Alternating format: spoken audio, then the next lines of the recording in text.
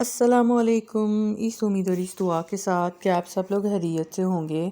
आज की मेरी वीडियो में मैं आपके साथ शेयर करने जा रही हूँ बहुत ही खूबसूरत एक प्लांट जो अक्सर गार्डनर्स को बहुत ही ज़्यादा पसंद आता है और उसको कटिंग से लगाना बहुत ही आसान है। इस टाइम पे भी आप इजीली उसकी कटिंग्स को लगा सकते हैं। मैंने अपने इन प्लांट्स को जब इस कॉर्नर से शिफ्ट किया तो मेरे ये जो पेनीवर्थ हैं, जी हाँ, पेनीवर्थ प्लांट की आज आपके साथ शेयर करूँगी कि कटिंग आपने कैसे लगानी है। ये बहुत ही इजी टू ग्रो प्लांट है और परमानेंट प्लांट है, सालों साल चलने वाला प्लांट है। विंटर में इसकी ग्रोथ थोड़ी सी स्लो होती है, लेकिन स्लो स्लो ग्रोथ ये करता रहता है। इस टाइम पे भी आप इसको कटिंग से ग्रो कर सकते हैं। मेरे इन प्लांट्स को जब मैंने इन पॉट्स को साथ साथ रखा हुआ था तब बरसात में इनकी बहुत ही अच्छी ग्रोथ हो रही थी और ये अपने पॉट से बाहर निकल के ज़मीन पे भी फैल चुके थे। जब मैंने इन पॉट्स को वहाँ से हटाया तो ये प्लांट जो है इसकी लंबी लंबी सी टहनियाँ जो गमलों से निकली हुई मिट्टी थी उसके ऊपर ज़मीन पे ही फैल रही थी। वहाँ से मैं ये सारी कटिंग से जो हैं इकट्ठी करके लाई हूँ। दूसरे जो इसके पॉट्स थे उनको मैंने सीज़र की मदद से कटिंग करके तो एक तरह से थोड़ी सी उनकी प्रूनिंग की और काफ़ी ज़्यादा मेरे पास इसकी कटिंग्स बन गई। इसकी तो सिंगल लीफ नोड जो है उससे भी कटिंग लग जाती है। सिर्फ एक जो इसकी लीफ नोड है वहाँ पे जो जड़ों का गुच्छा है उसको अगर आप मिट्टी में दबा देंगे तो तब भी ये बड़े अच्छे से ग्रोथ करेगा। और फिर यह है कि अक्सर लोग इसको सिर्फ पानी में ग्रो करते हैं, लेकिन मेरे ख्याल से इसको सॉइल और पानी दोनों का मिक्सचर बहुत पसंद आता है। अगर आप इसको ऐसे पॉट में ग्रो करें जिसमें ड्रेनेज होल ना हो तो तब भी ये बड़ी अच्छी ग्रोथ करता है, लेकिन अगर आप थोड़ा बहुत ड्रेनेज होल बना भी लेते हैं तब भी ये बड़ा अच्छा ग्रोथ करेगा। लेकिन इसको ये है कि नमी वाली मिट्टी पसंद है। इसके पॉट में हर वक्त नमी रहनी चाहिए। इसकी मिट्टी एक दफ़ा भी पूरी तरह से खुश्क हो गई तो इसके पत्ते फ़ौरन से ही पीले हो जाते हैं और काफ़ी ज़्यादा इसका प्लांट जो है वो गंदा सा लगने लगता है। तो बेहतर है कि आप इस प्लांट को ऐसे पॉट में लगाएं जिसमें ड्रेनेज होल ना हो और इसकी मिट्टी एक दफ़ा ही अच्छी सी बनाएं।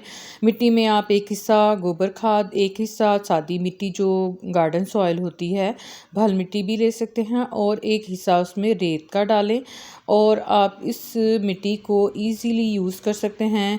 और प्लांटर में मिट्टी डालने के बाद अगर तो आपके पास थोड़ी सी इसकी कटिंग्स हैं तो आप इसकी जो सिंगल लीफ नोड्स हैं उनको कट करके कुछ कुछ फासले पे लगा सकते हैं। लेकिन ये है कि अगर आप कट ना भी करें और इस तरह से इसके गुच्छों को कोशिश करें, इस टाइम पे जो इसकी रूट्स हैं वो वाला हिस्सा मिट्टी के अंदर जो है उसको दबाएं।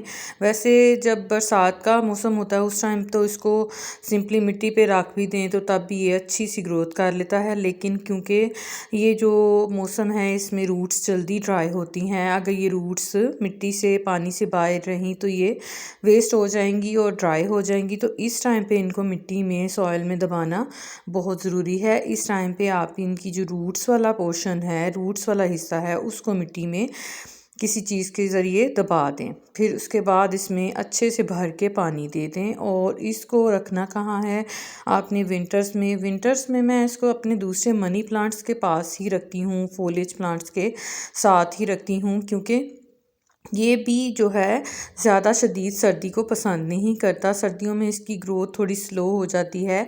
अगर आप इसको दूसरे प्लांट्स के साथ जोड़ जोड़ के उन प्लांट्स के अंदर रखेंगे तो उस तरह से प्लांट्स को एक दूसरे की ह्यूमिडिटी मिलती है। नमी का तनासुब जो है उस जगह पे ज़्यादा होने की वजह से ये प्लांट जो हैं अच्छे से ग्रोथ विंटर्स में भी करते हैं। तो फिर ये है कि कुछ लोगों ने मुझसे क्वेश्चन किया था कि आप इसको फर्टिलाइज़र जो है वो लिक्विड फर्टिलाइज़र देती हैं इसके पॉट्स में, तो दे सकते हैं। लेकिन ये है कि नए नए फर्टिलाइज़र जो हैं उनको आप एक्सपेरिमेंट करने की बजाय अगर आप जो गोबर खाद है, कॉर्डन कंपोस्ट का फर्टिलाइज़र लिक्विड फॉर्म में आप इसको महीने में 1-2 बार दे सकते हैं, उससे इसकी ग्रोथ अच्छी होगी क्योंकि इसके ऊपर जो है फ्लावरिंग बहुत कम होती है, बहुत छोटे साइज़ के इसके ऊपर फ्लावर्स आते हैं, लेकिन ज़्यादा खूबसूरती इसके लीव्स की होती है। तो इसको नाइट्रोजन रिच फर्टिलाइज़र चाहिए होता है, जिसमें काऊ डंग जो है वो सबसे सेफ़ और सबसे अच्छा। तो जब मैंने प्लांट सेल करना स्टार्ट किया तो सबसे ज़्यादा मुझे इसी प्लांट के लिए जो है वो लोग पूछते रहे कि आपके पास पेनीवर्थ प्लांट है, तो आपके पेनीवर्थ प्लांट की ग्रोथ कितनी अच्छी है और उसमें आप क्या यूज़ करते हैं। तो बस यही सब कुछ मैं करती हूँ। मेरे पास ये प्लांट जो है 2-3 सालों से है और माशाल्लाह से इस तरह अच्छा ग्रोथ करता है। विंटर्स में भी इसकी ग्रोथ बिल्कुल नहीं रुकती, थोड़ी बहुत स्लो होती है। जिस तरह समर्स में ये फैलता है तेज़ी से, उतनी तेज़ी से तो नहीं ग्रोथ होती, लेकिन अच्छा ग्रो करता रहता है विंटर्स में भी। तो यही वजह है, आप अपने प्लांट्स को रिफ़्रेश करते रहा करें, उनकी कटिंग्स को ग्रो करते रहा करें। इससे ये है कि प्लांट्स जो हैं वो अच्छी ग्रोथ करते रहते हैं बहुत कम केयर में भी, क्योंकि जो यंग प्लांट्स होते हैं, यंग कटिंग्स होती हैं, उनमें इम्यूनिटी भी ज़्यादा होती है मौसम की गर्मी सर्दी को बर्दाश्त करने के लिए। तो मैंने इसके काफ़ी ज़्यादा छोटे छोटे पॉट्स तैयार कर लिए। आई होप वीडियो आपको इन्फॉर्मेटिव लगी होगी। वीडियो अगर पसंद आई हो तो उसे लाइक शेयर कमेंट ज़रूर कीजिएगा। मेरे चैनल पे न्यू है तो उसे सब्सक्राइब भी कर लें। दुआओं में अपनी याद रखिएगा। Thanks for watching. अल्लाह हाफिज़।